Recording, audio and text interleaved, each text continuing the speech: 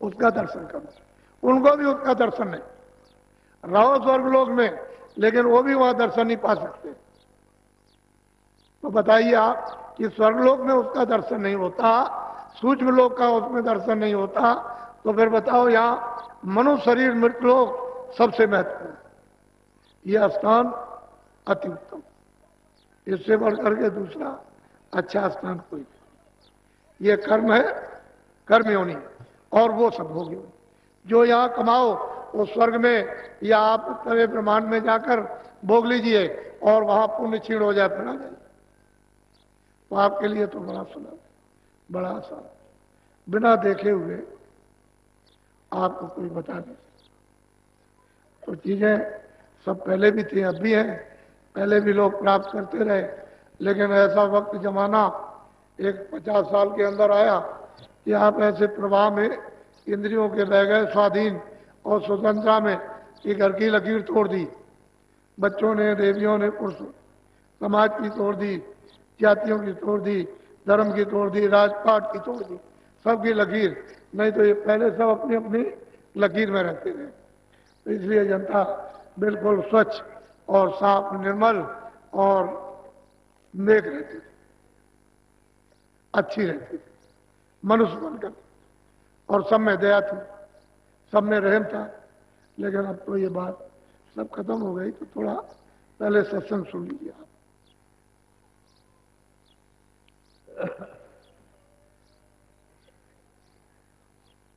साते गुरु खोजोरी प्यारी, जगत में दुर्लभ रतन यही। कहते हैं कि नर नारी बच्चे बच्चियों बहुत प्यार से महापुरुष समझाते हैं कि तुम सदगुरु को खोजो, ये मानव तन रतन है और किसी काम का नहीं। वैसे तो मानव तन मिट्टी है, लेकिन अगर सदगुरु चेतन मिल जाए, चेतन से जुड़ा हुआ, जिसने चेतन को प्राप्त किया, तो ये नर्तन रतन है।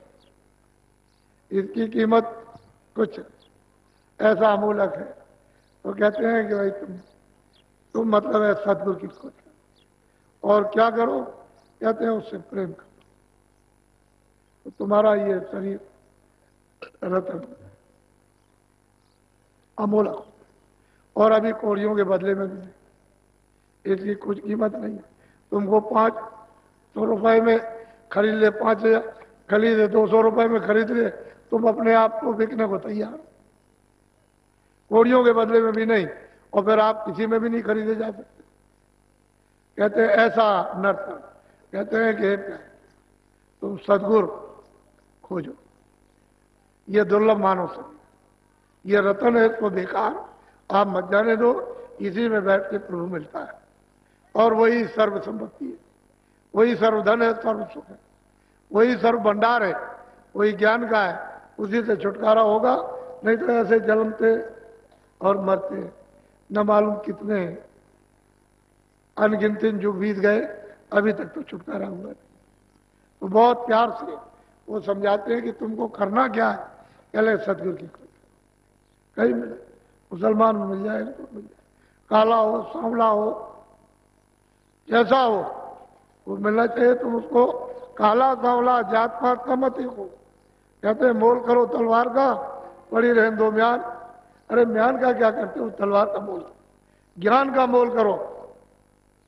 अरे वो खोल का क्या करते हो, जो काला है, सांवला है, गोरा है, ये सफेद है, ये ऐसा है, वैसा है, कोई गेरू है, कोई लाल है, कोई पीला है, कोई सफेद है, कुछ नहीं।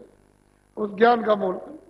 तुमको अपने घर में जाना है, उसका मोल करो। ऐसा सौदा करो कि मानो रतन आपका ये काम में आ जाए और जीवात्मा घर पे वापस पहुंच जाए। बोलो।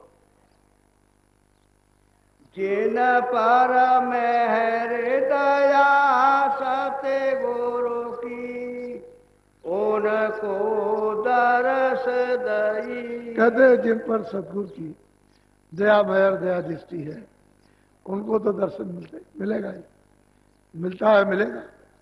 और जिनके ऊपर संत सदगुरु पूरे की दया नहीं है, वो कुछ नहीं पा सकते। वो ये रतन शरीर हाथ से चला जाएगा। आखिर किनारे पर आ गए हो किसी का 2 बरस, किसी का 10 बरस, किसी का 5 बरस, किसी का 20 बरस। जिस दिन से तुम माँ के गर्भ से बाहर निकले हो उसी दिन से आयु घटने लगी। जैसे ही सूरत माँ के पेट में 5 महीने जब पिंड बन गया और छोड़ी, उसमें बैठा दी, बस आयु घटना शुरू हो गई।